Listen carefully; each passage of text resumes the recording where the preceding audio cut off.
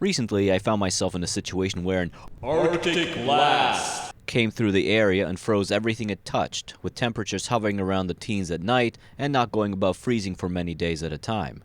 I needed to dump the tank, but the gate valves were stuck, and the black tank presumably turned into a turdberg. The night before, I made a run to Lowe's and bought a 24-foot pipe heater. I snaked it around the black tank using duct tape and looped it around all three of the gate valves in hopes of making my job slightly easier the next day. Note that the instructions explicitly stated to not loop the cable around pipes or double the cable over itself due to that being a potential fire hazard, so I only did this temporarily. The next morning, I saw that the black tank valve had loosened considerably, and I could hear a very light stream exiting the black tank. So it was effective, but only to a point. The other two gate valves were still firmly stuck. I decided to use my griddle to attempt thawing the black tank.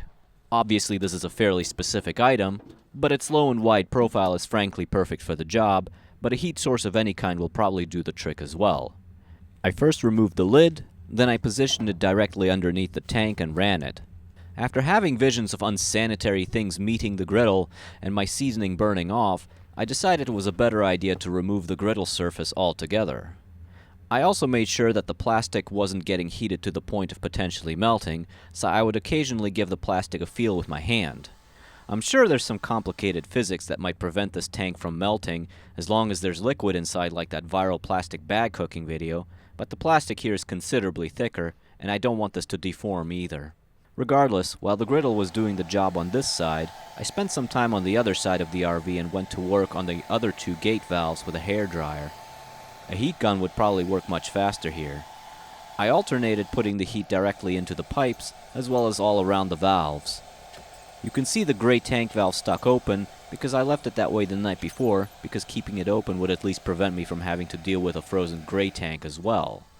About 15 minutes later, I could actually push on the black tank and feel it flex, which I couldn't do before. This indicated to me that at least part of the turdberg had melted.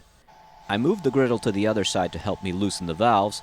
Just don't go testing the black tank valve without the sewer hose attached. I made sure to point the hairdryer at places the griddle heat couldn't easily reach, including these surfaces here. Shortly after, all the gates were unstuck again. I then dumped all that was thawed out of the black tank. At this point, I left the griddle running and went inside to boil some water so I could really melt down everything in the black tank. I poured the boiling water down the sink because in my RV that's connected to the black tank. Yours may be different. I'd avoid pouring boiling water into the toilet, as that may crack the ceramic from the heat shock. Instead, you can just use the shower wand, and you can avoid having it mix with cold water by popping off your toilet pedal and opening only the ball valve. Either way, I wound up running the hot water until my hot water tank was empty. This enabled me to dump the remainder of the black tank. Afterwards, I connected my hose to the black tank flush port, filled it up, and dumped it several more times until the water ran clear, while at the same time melting down any lingering ice. With that, I removed the griddle and closed my black tank valves back up. I also threw in some RV antifreeze into the black tank for good measure to lower the freezing point.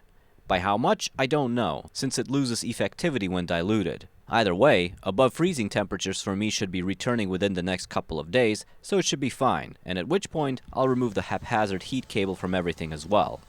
Until next time, thank you for watching.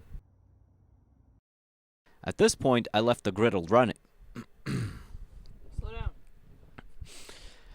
At this point, I left the griddle.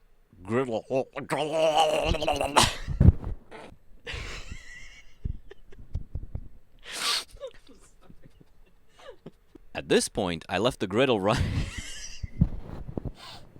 At this point, I left the griddle running and went in. Yes.